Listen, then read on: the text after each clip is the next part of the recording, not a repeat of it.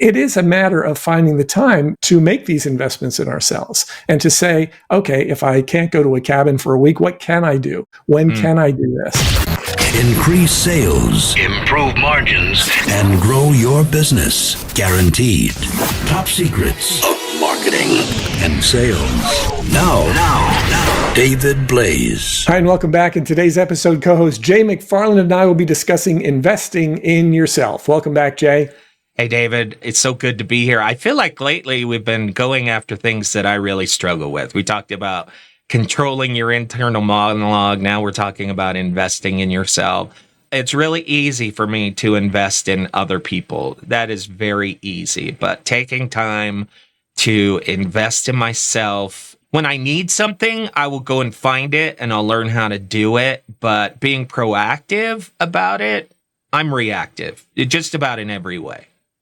Interesting. So when you think in terms of investing in yourself, you mean investing what? Time, money? All of it, investing in myself when it comes to just taking time to learn new things. Or I think investing in yourself can be just reading on a regular basis, or instead of watching social media, be listening to productive podcasts or taking a walk, those kind of things. We talked in the last podcast, controlling your internal monologue.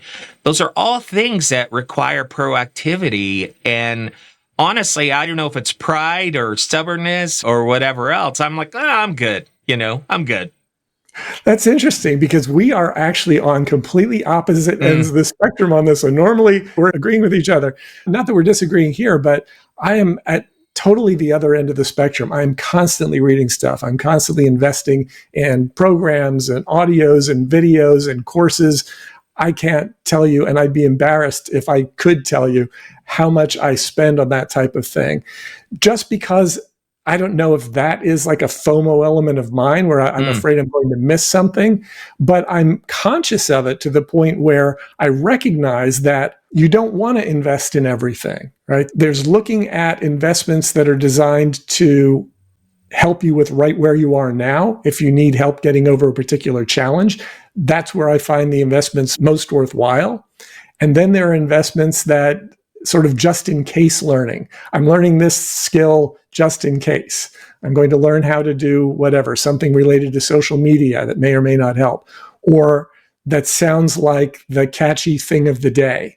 Because when you're online, you will hear all kinds of people talking about all kinds of different things that are the solution to your problem. And one person is going to tell you that it's Instagram, and another person is going to tell you that it's Facebook ads, and somebody else is going to tell you that it's organic, and somebody else is going to tell you that it's something completely different than those things. Everybody's got a solution, and it reminds me of the old adage that when all you have is a hammer, everything looks like a nail, right? So depending on who you're listening to, who you're paying attention to, you may end up investing in things that are not actually designed to get you from where you are now to where you want to be. Yeah, and I guess I have to clarify a little bit of what I've said. If it's something I need or want, I'm a dog with a bone. For me, it's the difference of, do I learn how to do exactly what I want? Or do I go to college and learn all of these broad subject matters and then focus? I think both are important. And I'm never the broad subject matter guy, right? I mean, over the course of my lifetime, I've learned how to make video games and released over 100 apps. I got into talk radio. I started several businesses. I have training courses. So I certainly invest in myself, but unlike you, you're kind of like, this is the world that you live in. I only do it on very specific things, and I only do it when I feel like this is something that will help me or my business or my family immediately.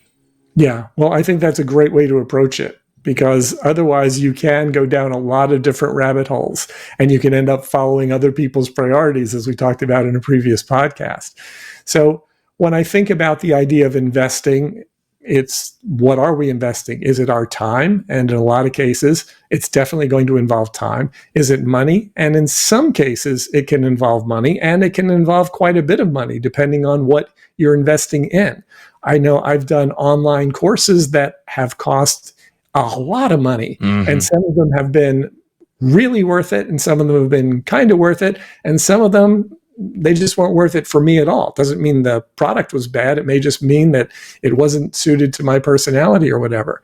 But I think as business owners or as salespeople, we consistently have to take the time, take the energy, take the money in some cases, and invest in ourselves to be able to say, if I'm at a particular point and I need to get to a different point, a higher point, a better point, I want to be able to provide more and better for my family, as you mentioned, then what's it going to take to get there? Because in a lot of cases, what we know now has gotten us to the point where we are. So if we want to get further, we can either just try to keep doing more of what we already know, pedal faster, essentially, pedal the bike faster to get farther, or we can say, well, what can I do to shift gears? And a lot of times that involves looking at the things that we don't know and correcting that and saying, well, if I fix this one problem, then I'm going to be able to go a lot farther and a lot faster. Yeah. So often when we do these podcasts, we end up with self-awareness as being such an important element here, right? If you are going to invest in yourself, well, are you aware enough internally to know what you need, right? Where you stand. And you kind of mentioned this. I think what happens is every once in a while, I'll get on this thread of self-improvement or things like that. And I want somebody else to tell me what I need. And I want them to just give me the secret sauce, right?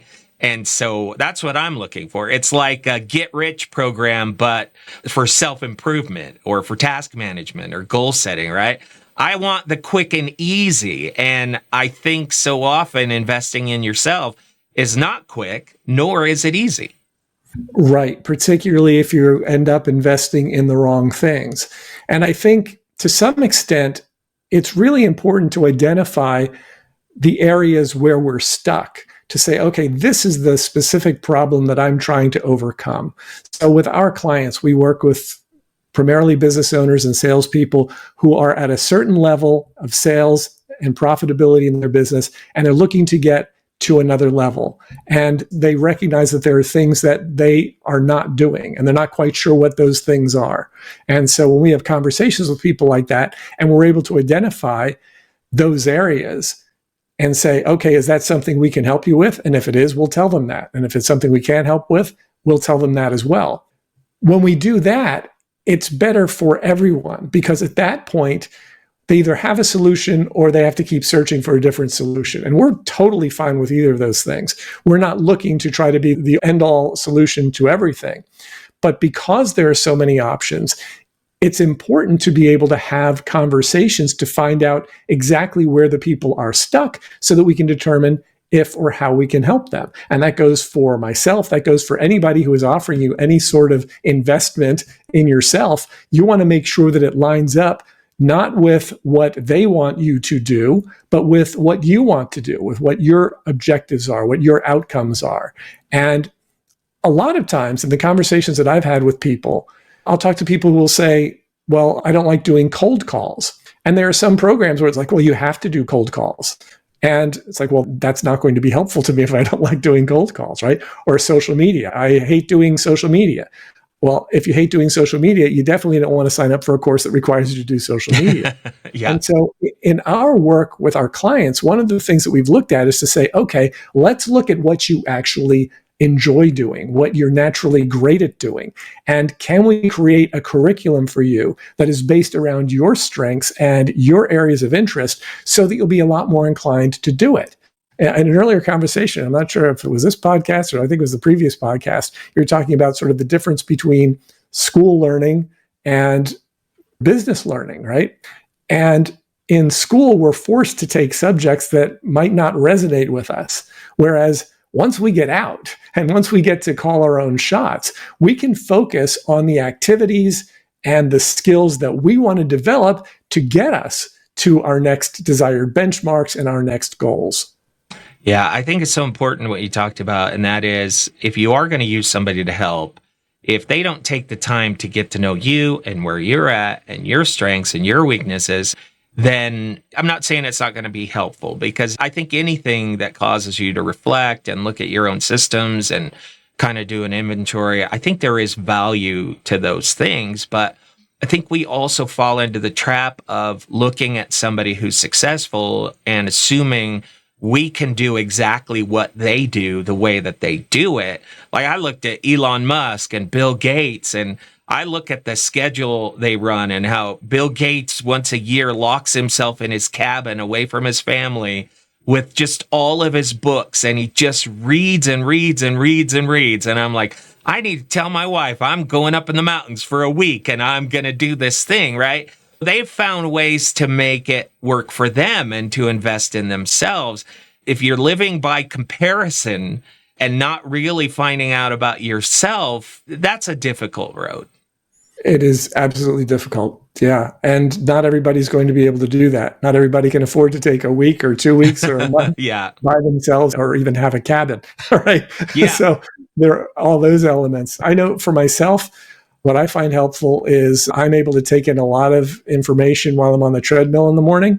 I've got a Sony speaker and I just crank it up so that I can hear it over the noise of the treadmill, and so I can take in information while I'm exercising. So that's kind of a twofer. And I've got a little digital recorder so that when I hear something that I need to remember, I'll record it. So I've got endless recordings of myself panting and recording messages to myself about things that need to take place. But it is a matter of finding the time to make these investments in ourselves and to say, okay, if I can't go to a cabin for a week, what can I do? When can I do this? For me, again, early morning is great because it's a quiet time. I'm able to focus on it. And it also gets my brain in gear for the day. I'm not thinking about other stuff. Like if I watch TV, I haven't done that in years. But if I were to watch TV at the beginning of the day, doesn't matter what it is. If it's entertainment, then that's in my brain. If it's news, that's the worst, right? Definitely never want to do that at the beginning of the day. So I find that when I'm listening to something that's helpful to the business in the morning, it allows me to get myself into gear a lot more quickly. Yeah, I love it. Great discussion, David. How do people find out more?